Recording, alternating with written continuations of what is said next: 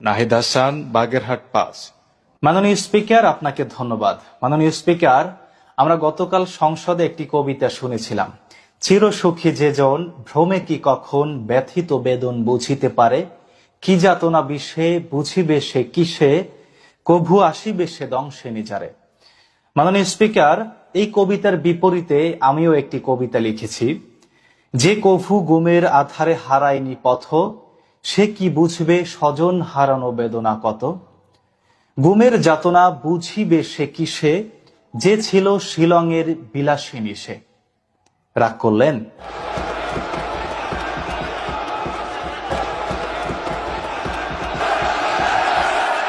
মাননীয় সদস্যবৃন্দ, ওনাকে বলতে দেন।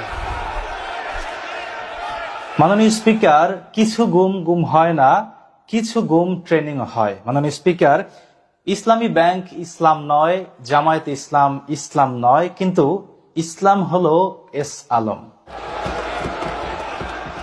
মাননীয় স্পিকার, একবার দায়িত্ব পেয়ে যে ব্যক্তি সেই কাজে ভুল করে, তাকে আবারও সেই দায়িত্ব দেয়াকে বাংলা বাগধারায় বলা হয় দুধ দিয়ে কালসাপ পোষা।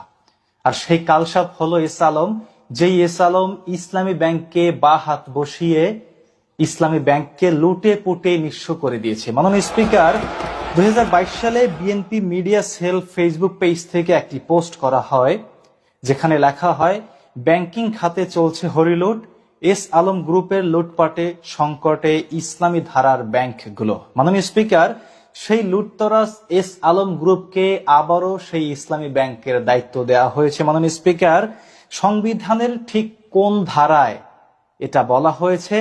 আপনার মাধ্যমে আমি স্বরাষ্ট্রমন্ত্রীর কাছে প্রশ্ন রাখলাম। মাননীয় স্পিকার, সংবিধানে না থাকলেও কথায় আছে এস আলমের নুন খেয়েছে যে একদিন, সে জানে সেই স্বাদ ভোলা কি কঠিন। মাননীয় স্পিকার, মির্জা আব্বাসের ঢাকা ব্যাংককে আমরা বিএনপির ব্যাংক বলি না, প্রয়াত আওয়ামী লীগ নেতা আব্দুল জলিলের মার্কেন্টাইল ব্যাংককেও আমরা আওয়ামী লীগের ব্যাংক বলি না, আব্দুল আউয়াল মিন্টুর ন্যাশনাল ব্যাংককেও আমরা বিএনপির ব্যাংক বলি না। তাহলে কেন ইসলামী ব্যাংককে জামায়াতের ব্যাংক বলা হয়? মাননীয় স্পিকার, বিএনপি আওয়ামী লীগের নেতারা ব্যাংক তৈরি করলে সেটা বিএনপি আওয়ামী লীগের ব্যাংক হয়ে যায় না, কিন্তু জামায়াত নেতারা ব্যাংক তৈরি করলে সেটা জামায়াতের ব্যাংক কেন হয়?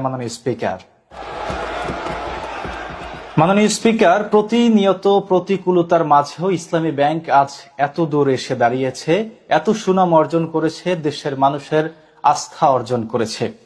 এইসব দেখে তাদের আসলে হিংসা হয়। মাননীয় স্পিকার, বাগেরহাট ৫ এর এমপি নাহিদ হাসান কি বললেন স্বরাষ্ট্রমন্ত্রীকে, কথাগুলো শুনলে যদি ভালো লাগে অবশ্যই ভিডিওটা শেয়ার করে দিবেন এবং অন্য শুনতে পারবে।